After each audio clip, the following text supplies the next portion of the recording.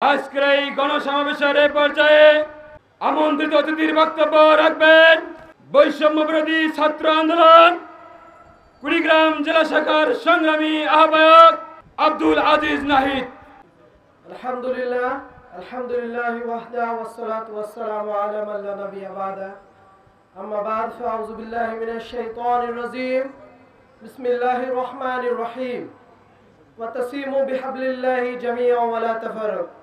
আমরা স্মরণ করছি বদর থেকে শুরু করে আজ পর্যন্ত যে সকল ভাইরা জালিমের বিরুদ্ধে শোষকের বিরুদ্ধে আল্লাহর জমিনে আল্লাহর দ্বীন কায়েম করতে গিয়ে নিজের জীবন দিয়েছেন, আল্লাহ পাক যেন তাদেরকে কাল কিয়ামত দিবসে শহীদের মর্যাদা দান করেন।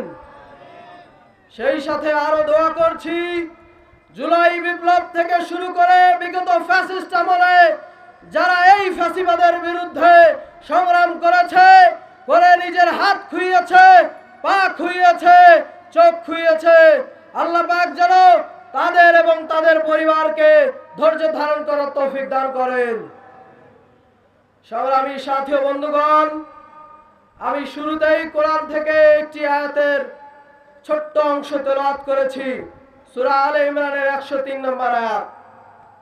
সেখানে স্পষ্টত আল্লাহ তাআলা বলেছেন যে তোমরা সংঘবদ্ধভাবে, তোমরা দৃঢ়ভাবে আল্লাহ তাআলার রজ্জুকে ধারণ করো, পরস্পর বিচ্ছিন্ন হইও না। আমরা আজকের এই যে সমাবেশ দেখতে পাচ্ছি, এটি সেই আয়াতেরই একটি অংশের মধ্যে পড়ে। আমরা দেখতে পাই বাংলাদেশ যখন দ্বিতীয় স্বাধীনতা অর্জন করলো, ইসলামী দলগুলো, ইসলামী মতধারার, ইসলামী ভাবধারার যত মানুষ রয়েছে তারা একটি প্ল্যাটফর্মকে বেছে নিয়েছে, তারা একত্রে আসার জন্য সমাবেশ করছে। আপনারা কি চান এই সমাবেশগুলো সফল হোক? এই সমাবেশের উদ্দেশ্য কি আপনারা তো জানেন। প্রিয় ভাইরা আমার, আমরা মুসলিম, আমরা চাই প্রতিটি বিপ্লবের পর বাংলার জমিন যেন আমাদেরকে কোনো বেমুসলিম, কোনো অমুসলিমের হাতে খাজনা দিতে না হয়।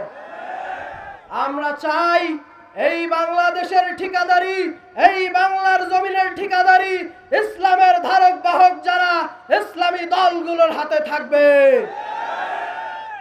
এই লক্ষ্যকে সামনে রেখে আজকে আপনাদের এই সমাবেশে আমি কয়েকটি কথা বলতে চাই।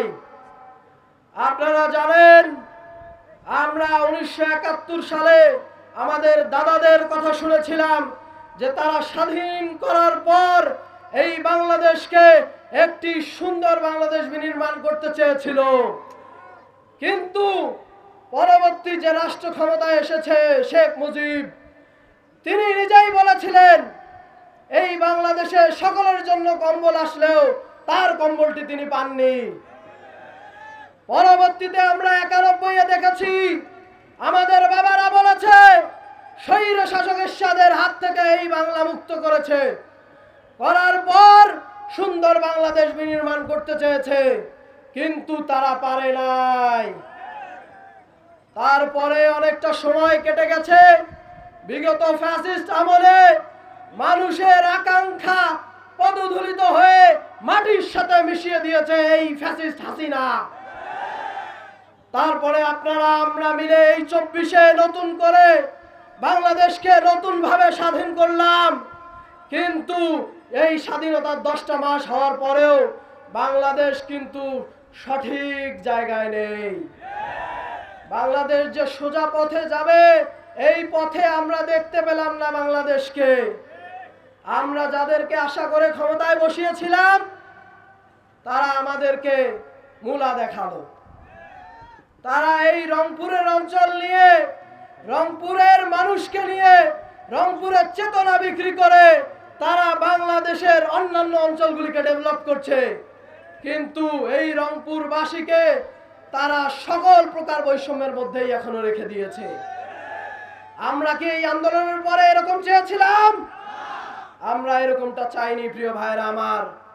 আমরা চেয়েছিলাম সাম্য, আমরা চেয়েছিলাম ইনসাফ, কিন্তু এই সরকার এটা বাস্তবায়ন করতে ব্যর্থ হয়েছে। আপনারা এটা থেকে কি বোঝেন? এই সরকার, যত সরকার আসবে, ইসলামী সরকার ব্যতীত কেউ ইনসাফ কায়েম করতে পারবে না। তাই আমি আজকের এই জনসভায় এই যে উপস্থিতির মধ্যে বলতে চাই, বাংলাদেশের জনগণ, বাংলাদেশের মানুষ যদি তারা তাদের অধিকার পেতে চায়, ইসলামের ধারক বাহক যারা, তাদেরকে ক্ষমতায় আনতে হবে। ইসলামের ব্যক্তিত্ব যারা, তাদেরকে ক্ষমতা দিতে হবে। প্রিয় ভাইরা আমার, আপনারা জানেন এই কুড়িগ্রামের অধিকাংশ অঞ্চল চরাঞ্চল বিশিষ্ট। আমাদের চরের মানুষের দুঃখ দুর্দশা আমার কাছ থেকে দেখার সুযোগ হয়েছে। আমি কয়েকটি চর গিয়েছি, তাদের কষ্ট উপলব্ধি করেছি। আমরা চাই বাংলার জমিন তথা কুড়িগ্রামের এই জমিনে ইসলামী আন্দোলন একটি দৃষ্টান্ত উপস্থাপন করে ক্ষমতার মসনদে গিয়ে এই চরাঞ্চলের মানুষের দুঃখ দুর্দশা ঘোচাবে। প্রিয় ভাইয়েরা আমার, সর্বশেষ যে কথাটি বলতে চাই, আমি একটি সমাবেশে অংশগ্রহণ করেছিলাম। সেখানে একজন প্রিয় ভাই বলেছিলেন যে বাংলার জমিনকে মুক্ত করতে হলে, ইনসাফ কায়েম করতে হলে বাংলাদেশের যত উপায় উপকরণ আছে সকল কিছু ব্যবহার করে ইসলামের ধারক বাহককে ক্ষমতায় যেতেই হবে। প্রিয় ভাইরা আমার, আমি ইসলামী আন্দোলন বাংলাদেশ এনাদের কাছে এই প্রত্যাশাবাদ ব্যক্ত করি যে বাংলাদেশকে আর কোনোভাবে অন্য কারো হাতেই যারা দেয়া যাবে না। বাংলাদেশের ক্ষমতার মসনদে যদি কাউকে আসতে হয়, সমবেতভাবে আপনাদেরকেই আসতে হবে। আমি আপনাদের কাছে এই আশাবাদ ব্যক্ত করে আমার সংক্ষিপ্ত বক্তব্য শেষ করছি।